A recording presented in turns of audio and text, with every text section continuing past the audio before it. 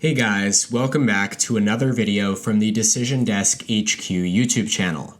The 2024 presidential election cycle is about to transition into full swing, with Ron DeSantis expected to enter the race sometime over the next month or two. Whether it's him or former President Donald Trump taking on Joe Biden in November of next year, the Electoral College map will be thinner than it ever has been, yet somehow just as unpredictable.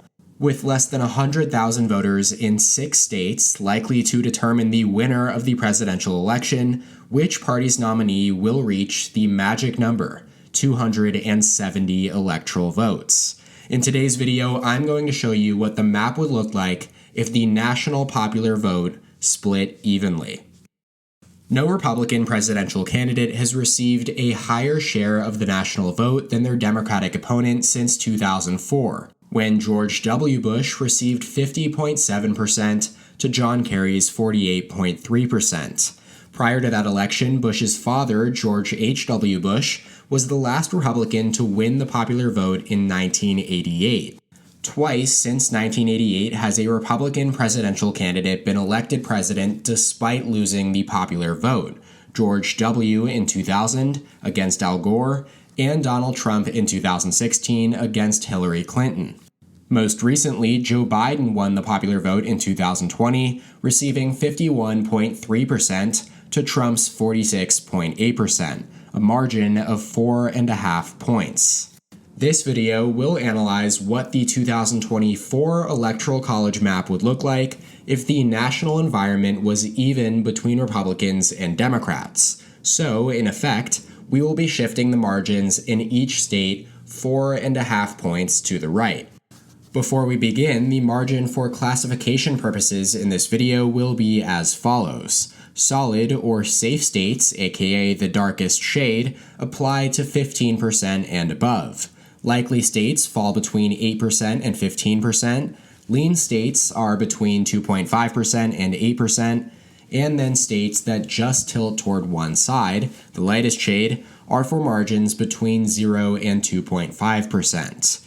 Now, the states I am coloring in as safe for Joe Biden and the Democratic Party right now are all of the states that Joe Biden won by a greater than 19.5 points in 2020, and would therefore remain in the solid blue category despite the substantial hypothetical shift to the right in 2024. From these states, Biden nets a total of 125 electoral votes, including 82 alone from California and New York. As for the Republican Party's nominee, here are all of the states that voted for Donald Trump in 2020 by more than 15%. Almost all of them are located in Middle America and across the South. Now, you'll notice that despite 18 states being listed here in the safe Republican column, compared to just 8 in the Democratic column, Republicans still trail by 12 electoral votes, as most of these deep red states are not as populated as the big blue states. That being said, in an even national environment, both South Carolina and Alaska would shift from likely Republican to safe Republican, coincidentally tying the Electoral College count at 125. South Carolina voted for Trump by 11.6% in 2020, and Alaska by 10.1%, meaning a 4.5 point swing towards Republicans would round them up into the safe column. Moving on now, there are a lot of likely Democratic states in this hypothetical scenario that were in the safe column in 2020, including Washington, Oregon, Illinois, Delaware, and New Jersey. Each of these states voted for Biden by margins between 15 and 20%, but would dip down into likely territory with a 4.5 point rightward swing. Additionally, the state of Colorado, which voted for Biden by 13.5% in 2020, would remain in the likely Democrat column. Conversely, there are quite a few states that would fall under the likely Republican classification, including Ohio and Iowa, where Trump won both states by 8%, both the Lone Star State, Texas, and the Sunshine State, Florida, and finally Maine's 2nd Congressional District. In an even popular vote scenario, Trump's winning margins would fall between 8 and 15% in each of these states.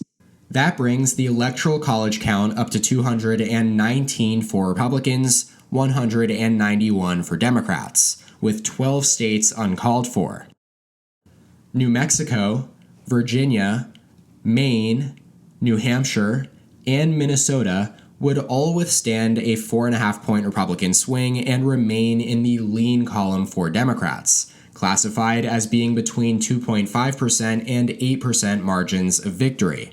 Biden's highest margin in any of these states was New Mexico, 10.8%, and his lowest came in Minnesota, 7.1%. Now, this is where things really get interesting, and we have our first flips of the video.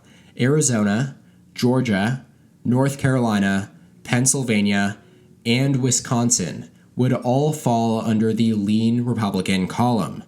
Joe Biden won Arizona, Georgia, Pennsylvania, and Wisconsin in 2020, but his margins were so narrow in each of these states that if we shifted the national popular vote 4.5 points towards Republicans, they would all be won by Trump by at least 2.5%. Biden won Pennsylvania by 1.2%, Wisconsin by 0.6%, Arizona by 0.3%, and Georgia by 0.2%. And he lost North Carolina by 1.4%. With each of these states going to Republicans, they would surpass 270 electoral votes, reaching 291, to the Democratic Party's 225.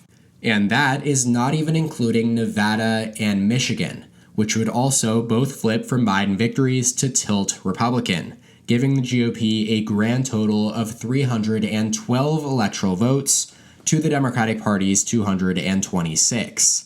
Again, not to repeat myself too many times, but this would be what the Electoral College map would look like in 2024 in a hypothetical scenario in which nothing changes at any individual state level, but the national popular vote becomes even, shifting 4.5% to the right from 2020.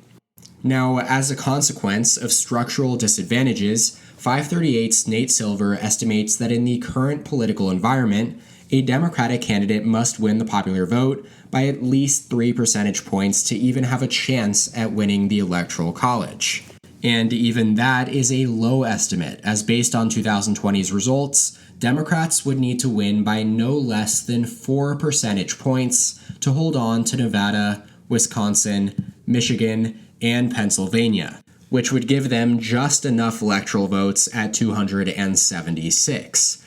The reality that the Electoral College structurally benefits Republicans has never been more evident than in recent presidential elections. In the 25 presidential elections of the 1900s, not once did the candidate who lost the popular vote win the presidency in the Electoral College. But in the 6 elections of this century, that has already happened twice.